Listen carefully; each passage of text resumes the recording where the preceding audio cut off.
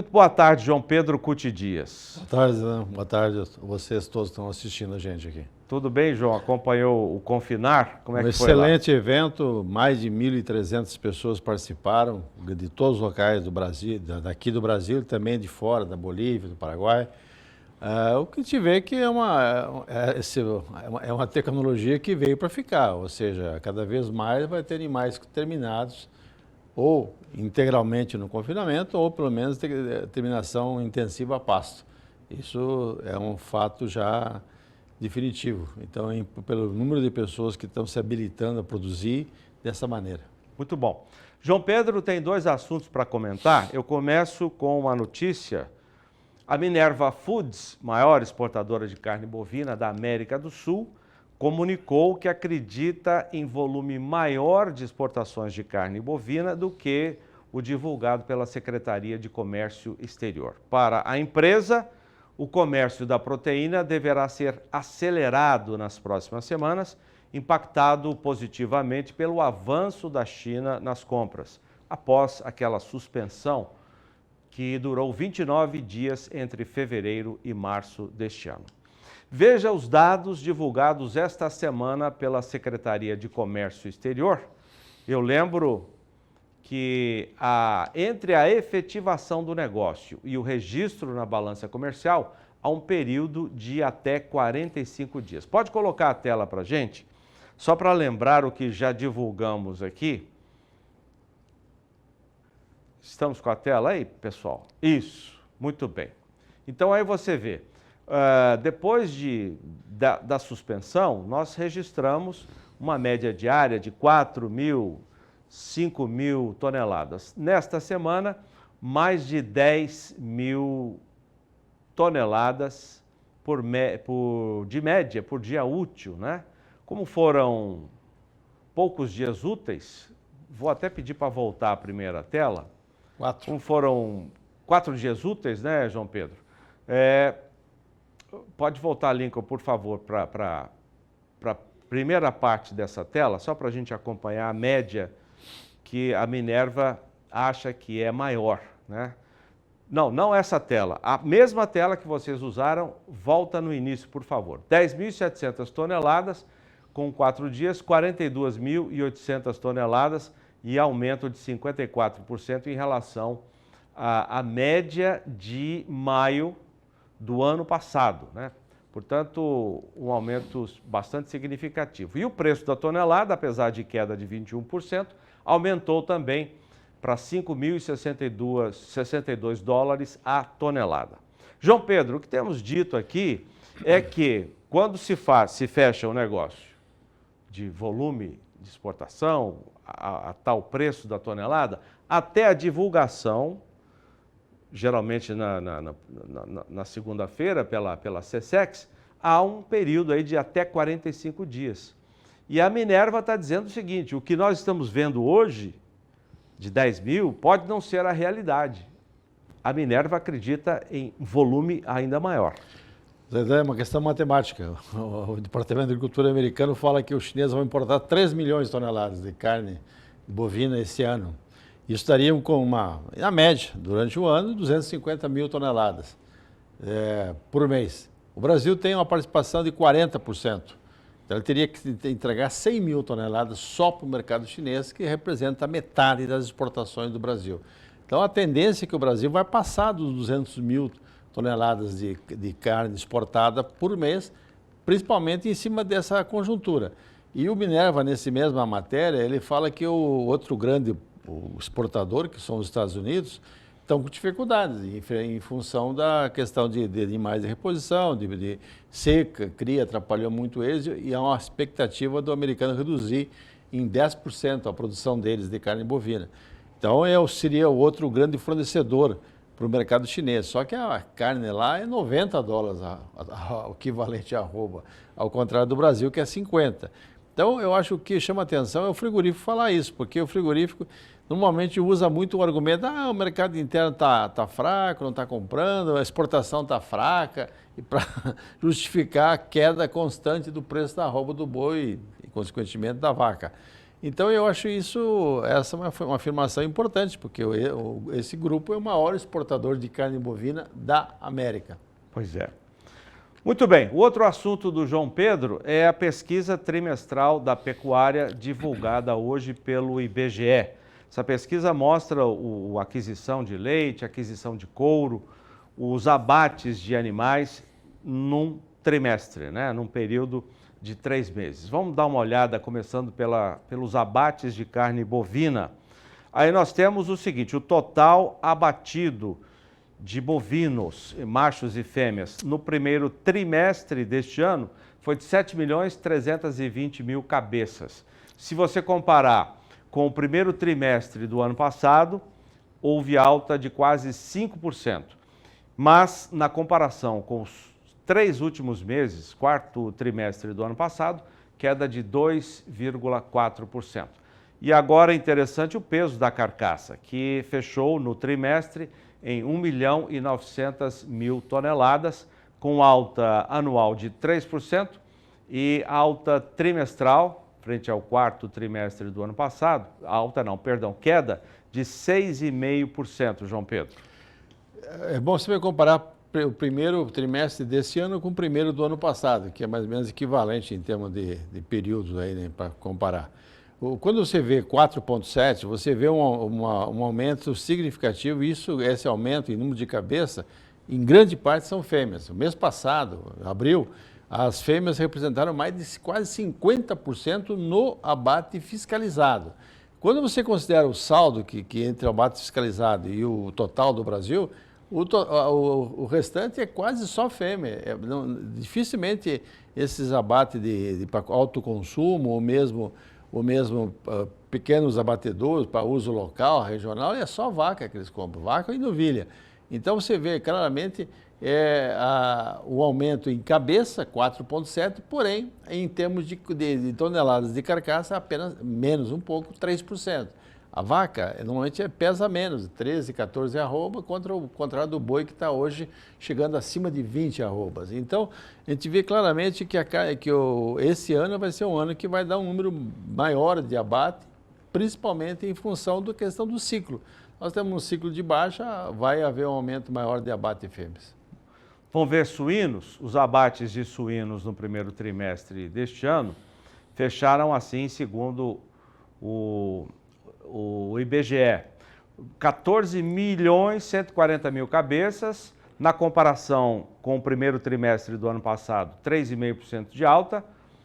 Acredito até, João Pedro, que os bons volumes exportados pelos brasileiros é que tem impulsionado esse aumento nos abates, né? 3,5% em relação ao primeiro trimestre do ano passado, e alta também em relação ao quarto trimestre de 2022, quase 2%. O peso da carcaça também subiu, 1.290.000 toneladas, com alta anual de 3,5% e alta trimestral de 1,3%. Duas coisas chamam a atenção aí na questão dos suínos. Primeiro, a questão de que nós estamos chegando já, se projetarmos para o ano 2023, a passarmos de 5 milhões de toneladas de carcaça suína. É um número bastante expressivo, se você comparar com a carne bovina, que está próxima a pouco mais de 8 milhões de toneladas. Então, o número a produção de carne suína aumentou muito. E também a exportação. E as 3 carnes, seja a bovina, a suína e frango, estão sendo extremamente beneficiadas pela demanda externa. Isso tem sido um vetor de aumento, de melhoria das condições de comercialização. As exportações e as 3 carnes, o principal destino chama-se China. Tanto a carne suína, como a carne de frango, como a carne bovina.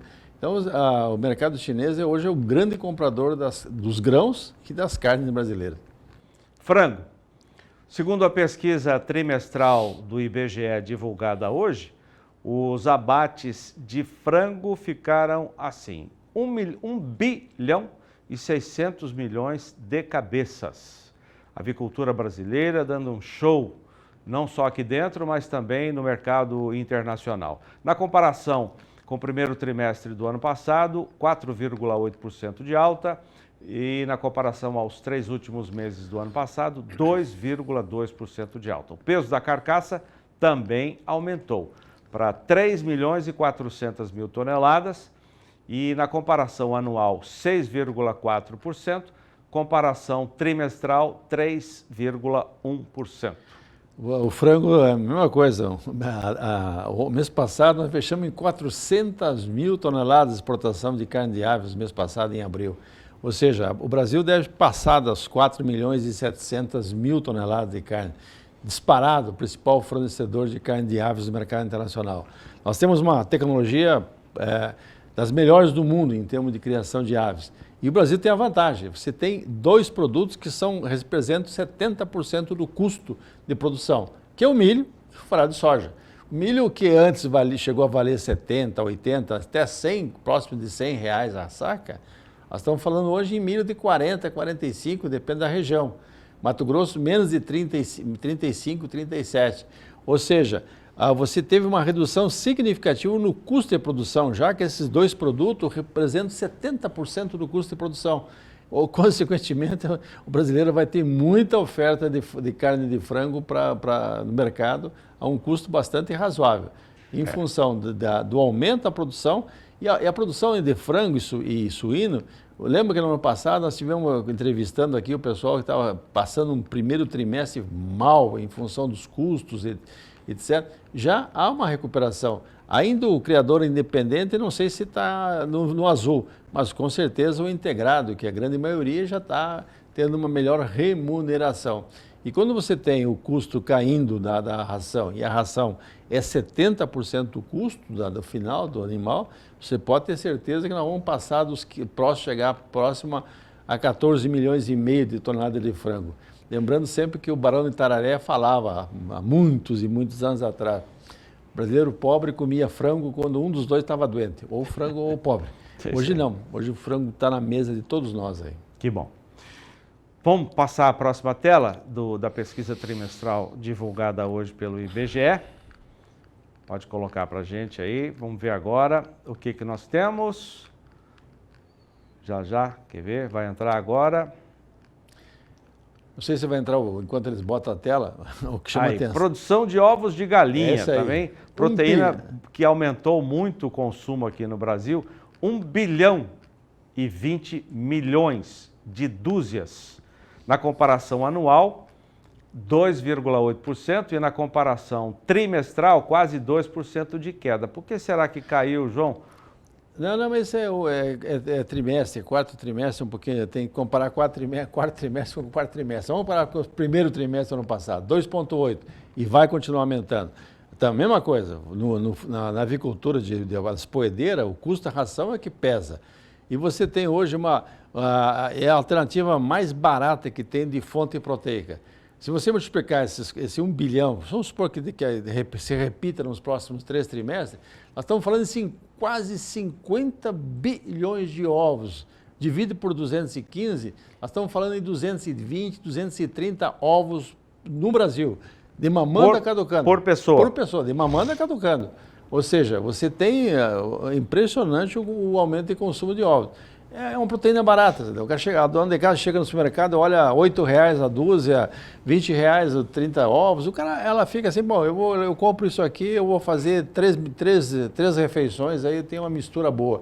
E o ovo também, hoje, aquela polêmica que havia uns 10, 15 anos atrás, o ovo tinha problema no coração, tá, esquece. O ovo é um alimento hoje extremamente conceituado pelos nutricionistas, pelos médicos, e o brasileiro está comendo ovo. E é importante que coma mesmo. É uma proteína de qualidade excepcional a um custo bastante razoável. Legal. Vamos ver a produção de couro no Brasil, sempre de olho no que nós já vimos nos abates de bovinos, 7 milhões e pouco. A produção de couro, 7 milhões 590 mil peças, um pouquinho dentro do que foi abatido de cabeças, não é, João Pedro? Na comparação anual, 6,4%, praticamente estável em relação ao quarto trimestre. Você entende, com certeza todo o couro que é produzido em frigoríficos fiscalizados vai para a indústria. É o grande fator de remuneração do frigorífico, é o couro e os miúdos, então vai. O couro abatido no capim, na grama lá, esse não, esse a maior parte fica, não é comercializado, ou o pessoal usa localmente e tal, mas mesmo assim você tem uma diferença de quase 300 mil peças em relação a mais do que foi abatido nos frigoríficos fiscalizados. Sempre é importante destacar que essa pesquisa é dos abates sob algum tipo de inspeção. Para fechar a pesquisa, leite, a aquisição do leite já era esperado no primeiro trimestre deste ano, vamos ver como é que ficou, 5 bilhões 850 milhões de litros, com queda de 1,5% em relação a 2022. Essa queda, inclusive, é que tem elevado mês a mês o preço do leite pago ao produtor, João Pedro. É recuperação de preço também, Zé, igual a questão que te fala, não é bem um aumento, é uma recuperação de preço. Caiu muito o preço do leite nos últimos... A pressão você teve dificuldades em termos de comercialização, um pouco mais de produtos derivados do leite importados e tal. O criador de gado e leite sofreu um pouco. Está voltando. Eu creio que durante o ano a gente vai melhorar esse nível e vai chegar no mesmo patamar. O grande problema chama-se renda nossos irmãos brasileiros. Esse que é a dificuldade. O preço do queijo vai para 40, 50 reais, há uma redução o leite em caixinha, que hoje é o mais vendido, o HT, também vai para os 4, 5 reais, aí já há uma redução natural de consumo. E o Brasil não tem competitividade para exportar, para ser um alimento, a exemplo que nós temos nas carnes e nos grãos, nós não temos competitividade para exportar. A nossa produtividade ainda é muito baixa por vaca ordenhada durante o período do ciclo dela. Então, nós temos dificuldade de chegar no mercado internacional. E o mercado internacional também é um mercado muito fechado. Os países procuram proteger a produção interna. O seu produtor local, né? O produtor local. Acontece na Europa. A Ásia vai ser um grande mercado, mas é um mercado que está crescendo agora.